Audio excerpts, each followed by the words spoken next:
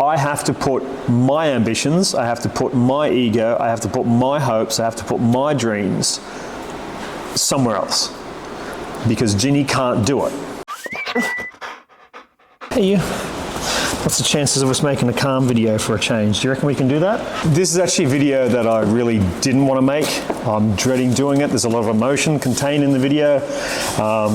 There's what could be construed as failure in the video, but that's not the case. It's not failure, it's a limit into a specific avenue.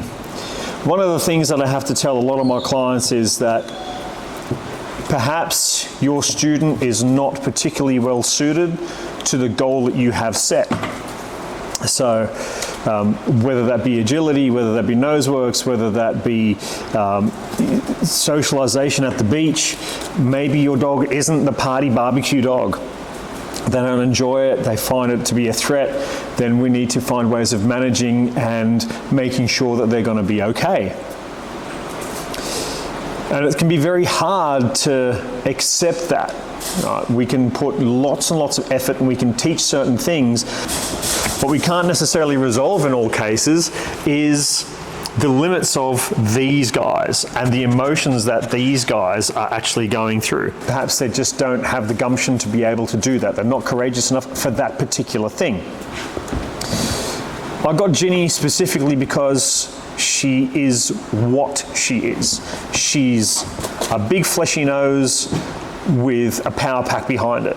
She can't sit still. I didn't get her to sit still. I got her to go out and do some particular stuff. Genetic predisposition that our students have is what makes them as adorable as they are. And in my particular instance, I required a working breed for a working situation.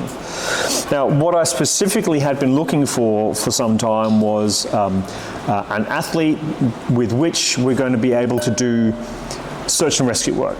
That's the meat and potatoes of it. That's why I got Ginny, and I can teach Ginny to do the work. You can see in the video that she is doing the work. But what might be more difficult to see is that she's doing the work, she is clocking on, she is responsive to the cues and the commands that I'm giving her, she is executing, but it's all effort and no enthusiasm. That creates a problem. In a search and rescue situation, it's not a sporting world situation. I don't want to find Birch in 90 seconds. In a search and rescue situation, you're looking at trying to find, particularly around here on the coast, you're probably looking for a child that's run away, you're looking for someone who is on the spectrum and has gotten themselves lost or in a bit of a state, you're looking for someone who has walked out of the home and who is living with dementia, you're looking at all sorts of things. And perhaps what you're looking for is not the happy ending, you're looking for closure. Perhaps you're looking for the child who has gone and hidden themselves in some tree stump somewhere in some ridiculously hard to find place that an adult wouldn't find. There's all sorts of different behavioral things that happen in those cases where we as adults, we don't necessarily think that way because we're not in that panic state. And that's where the canine's nose allows you to hit those goals and you are legitimately following your biosensor in front of you to be able to find and recover the individual that you're searching for and or evidence of them being there. You're trying to locate and find and perhaps give first aid to that particular person. Or in some instances, you're looking at finding the remains of that person to be able to bring closure to their family. So these are not sporting ventures. These are serious things. In order to be able to have a team that is able to go out, and I've seen this in plenty of other places where people are really pushing their desire for something and the dog does not want it. They will do it because they're trying to live in relationship with their person. They don't understand the reason why they are searching for that person. On training exercises, I remember there was one livestock guardian dogs. They are not built to go out and search for something.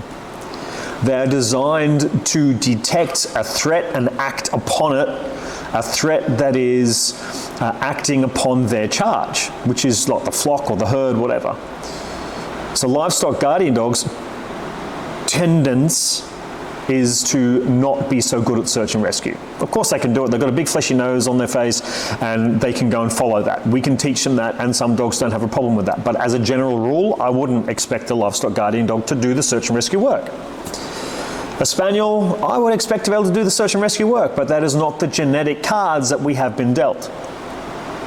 So, with that in mind, I have to put my ambitions, I have to put my ego, I have to put my hopes, I have to put my dreams somewhere else. Because Ginny can't do it.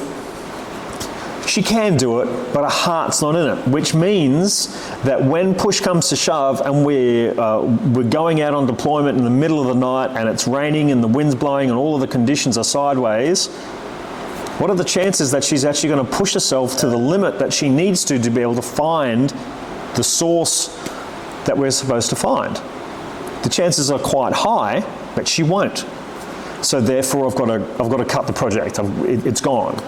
Instead, we're going to concentrate on some other things.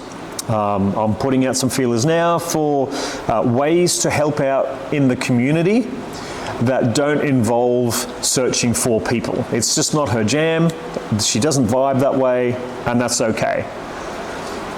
In the video that you're seeing that I've got my daughters that are acting as helpers, and you can see there that with the toys that she will readily play with, zero problems, but as soon as my daughters start to tease her, she is not snapping at the toy. She is not showing animation. There's no enthusiasm that is being shown. When it is time to search, she enjoys the immediacy, the opportunity. Searching, I know that. That's a conditioned response associated with an instinctual bias towards that behavior. But as soon as her brain kicks in and she's like, I'm looking for a person, you can see her enthusiasm diminishes. She's still giving me what I want from her. But at a level where I can see now, like in the future, when we've actually got to search for a long time, it's just not going to happen. So when we have to search for hours and hours, she's going to give me false alerts. She is going to start to heal. She's going to start to flop off and go off and critter and do other things. And it is going to start to diminish the value of our relationship immensely. So for me, it is quite hard to deal with. It's something that I have invested a great deal of energy into over the years, and it's just not something that she can be a part of, and I'm not going to go and source myself another student to be able to try that at this moment. So we're going to work on other things. So that'll be that. Ginny, come over and show everybody how awesome you are. What it doesn't do is doesn't diminish this girl's capacity for doing all sorts of cool stuff. Our relationship is fantastic. She loves the opportunity to work, and that's exactly why I find her so cute. She just wants to be doing things all the time. She can't sit still with me while I do a nice little video for you. Hey, codes could. Thanks, guys. That helps. Thank you. Let's go.